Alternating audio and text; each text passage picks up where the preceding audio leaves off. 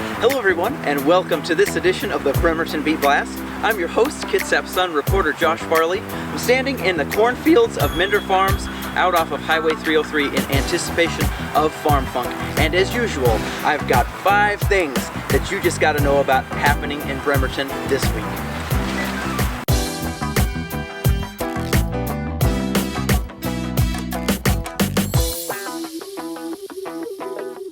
Welcome back to the Bremerton Beat Blast, sponsored by the Admiral Theater. Story number 1 is right here at Bremerton National Airport. This weekend, there's a huge festival going on called the AOPA Fly-In. It only happens 4 places around the country each year, and this year is Bremerton's turn.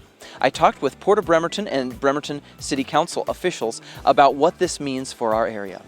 Well, this is a great facility, and we're in a great location, and this is an opportunity for us to really showcase this airport. We've got over 480 aircraft that have signed up to fly in, about over 400 people that are driving in, and about 1,600 people that have registered to come in, and that's just as of yesterday. And so we have favorable weather throughout the weekend, and so that's just going to bring in more people, more pilots, and so we're really excited to have them come and visit our airport. And this is really a big deal for this airport. This is a great airport, but there's a lot of stuff that's not, we don't have the traffic, but this will give us a national exposure.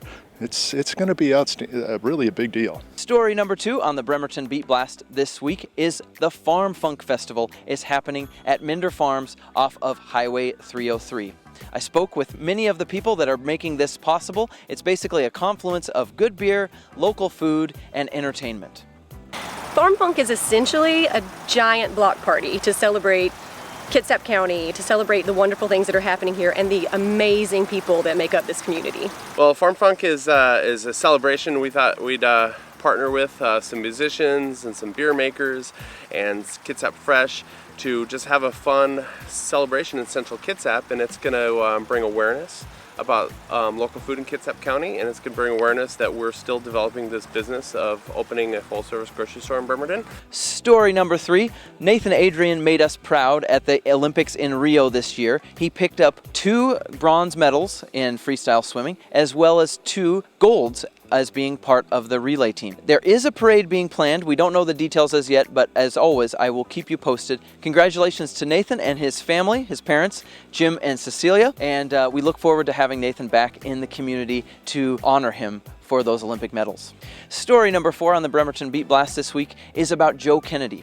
Joe Kennedy was the football coach who was not hired back on because he wanted to pray at the end of football games at the 50-yard line. The Bremerton School District said this was a violation of policy. He disagrees and believes it's part of his civil rights. And he is suing in federal court, hoping he can once again coach and pray at the 50-yard line. And finally, story number 5 on the Bremerton Beat Blast this week is about the Kitsap Humane Society. Every Tuesday, a volunteer actually brings dogs down to Starbucks where they get to have a drink. This is a bunch of whipped cream, basically, and they get it all over their muzzles. It's a very cute story, and it's one way that the Kitsap Humane Society is reaching out in attempts to adopt out dogs. Puppuccino Pals, I think, works for the animals because it gives the animals a sense and a chance to be themselves by getting out of the shelter, and also maybe shaking something loose in them that I don't think that they're able to do here. I don't think you can drink that whole thing. Thank you. Okay. And to take them out of a stressful environment and kind of give them an opportunity to be who they are. We learn a lot from them that way, but they also get a chance to, I think, reboot and be able to deal with the next day. And I think what it does for the public and shows everybody else is these dogs, they're not these animals that are sitting in a pound. They're not these unattainable, unreachable dogs that you can't work with or have become a part of your family. It shows that they're just dogs. Mm-hmm. What else for you? A puppuccino, please. Puppuccino, you got it. Thank you. Alrighty, let's get up here.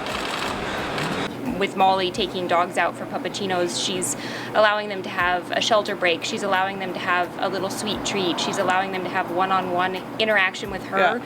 It's usually sunny, sometimes it's rainy. They get to be outside, they get to be dogs. And then we get to show that to the community. We get to show that we have a team of volunteers and a team of staff that's really working to provide the best care for our animals while they're with us so that they can really thrive in their future homes. That's going to do it for this edition of the Bremerton Beat Blast. Please join us this Thursday evening at 7 p.m. where we will recap the month's news at Kitsap Quiz Night, again 7 p.m.